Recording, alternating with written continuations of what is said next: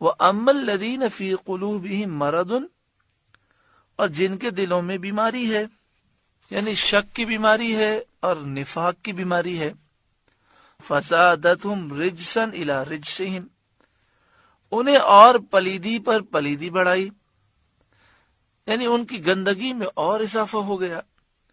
وَمَاتُوا وَهُمْ كَافِرُونَ، اور وہ کفر ہی پر مر گئے، یعنی پہلے جتنا نازل ہوا تھا انہوں نے اس کا انکار کیا اور اس انکار کے وبال میں گرفتار تھے۔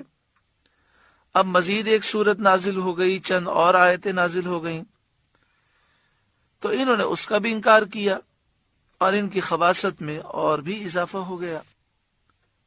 اولا یرون انہم یفتنون فی کل عام مرتن او مرتین، کیا انہیں نہیں سوجھتا کہ ہر سال ایک یا دو بار آزمائے جاتے ہیں؟ یعنی یہ منافقین یہ سوچتے نہیں ہیں کہ سال میں ایک دفعہ یا دو دفعہ ان پر نحوستیں طاری ہوتی ہیں اور وبال آتا ہے، بیماریاں، شدائد اور قحط وغیرہ کے ساتھ انہیں آزمایا جاتا ہے۔ ثم لا یتوبون، پھر نہ تو توبہ کرتے ہیں، ولا ہم یذکرون، اور نہ ہی نصیحت مانتے ہیں۔ یہ تو منافقین کا حال ہے۔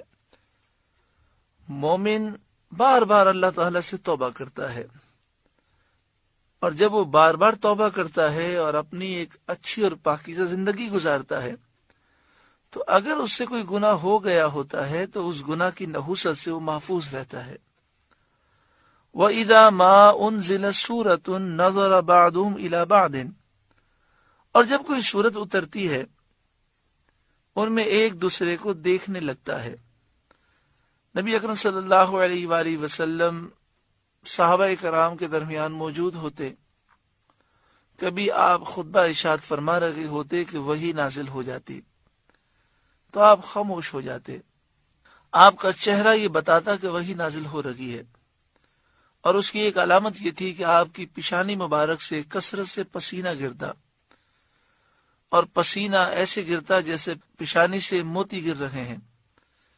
تو جب ایسا معاملہ ہوتا تو منافقین ایک دوسرے کو دیکھنے لگتے اور آنکھوں سے نکل بھاگنے کے اشارے کرتے، یعنی وہ ایک دوسرے کو دیکھتے اور آنکھوں سے اشارہ کرتے کہ سورت نازل ہو رہی ہے، اب ہماری انٹری تو ہو چکی ہے، لوگوں نے ہمیں دیکھ لیا ہے کہ ہم آ گئے ہیں، اب یہاں سے کھسک جاتے ہیں، کسی کو پتہ بھی نہیں چلے گا، کیونکہ نبی اکرم صلی اللہ علیہ وآلہ وسلم کی نگاہیں نیچی ہیں اور صحابہ کرام بھی نیچی نگاہ رکھ کے بیٹھے ہیں۔ هل یراکم من احد ثم انصرفوا، کہ کوئی تمہیں دیکھتا تو نہیں، پھر پلٹ جاتے ہیں، ایک دوسرے سے آنکھوں کے اشارے میں کہتے ہیں دیکھو کوئی دیکھ نہیں رہا تو نکل جاؤ۔ تو اگر کوئی دیکھتا ہوتا تو بیٹھ جاتے، ورنہ مجلس سے غائب ہو جاتے۔ وہ حضور کی محفل میں اس لیے نہیں آتے تھے کہ انہیں محبت تھی، وہ تو صرف انٹری کروانے کے لیے اور لوگوں کو یہ دکھانے کے لیے کہ ہم بھی مسلمان ہیں۔ باقی وہ حضور کی محفل میں چونکہ ان کے دل میں نفاق تھا، اس لیے انہیں کوئی فیض نہیں ملتا تھا اور یہ اس محفل سے بھاگنے کے لیے بے چین ہوتے تھے۔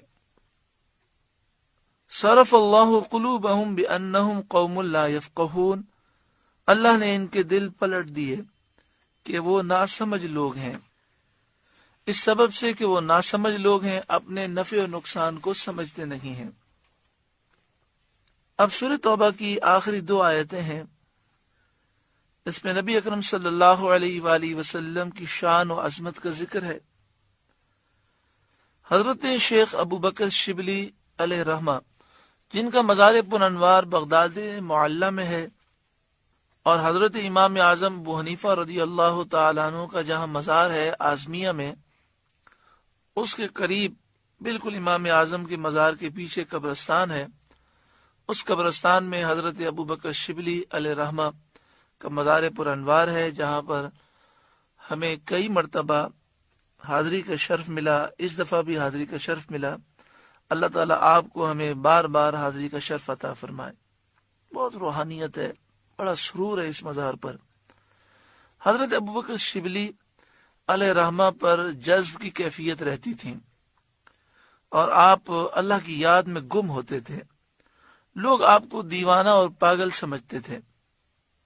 ایک اللہ کے نیک بندے جن کا ذکر کتابوں میں ہے کہ ان کا نام کیا تھا، انہوں نے خواب میں نبی اکرم صلی اللہ علیہ وآلہ وسلم کی زیارت کی کہ صحابہ کرام حضور کی مجلس میں حاضر ہیں اور شیخ ابوبکر شبلی علیہ رحمہ حضور کی مجلس میں حاضر ہوئے تو نبی اکرم صلی اللہ علیہ وآلہ وسلم آپ کھڑے ہو گئے اور آپ نے انہیں سینے سے لگایا، ان سے آپ نے محبت کا اظہار فرمایا۔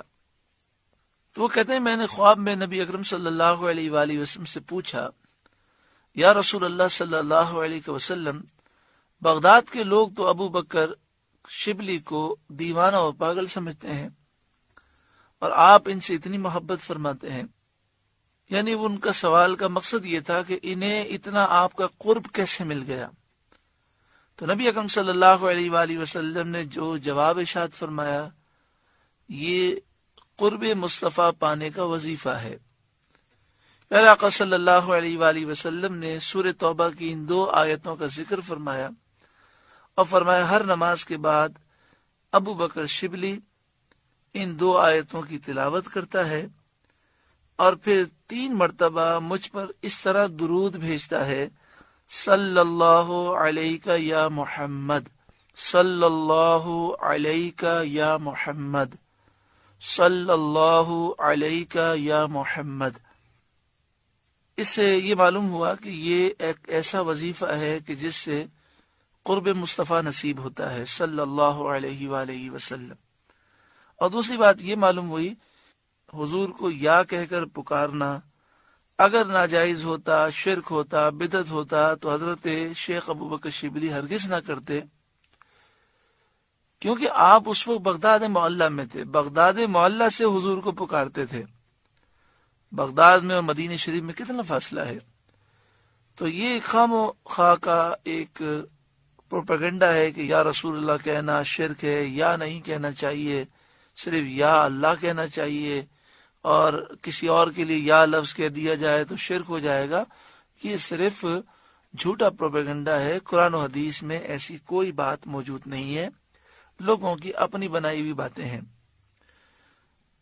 آئیے یہ 2 آیتیں ہم سماعت کریں۔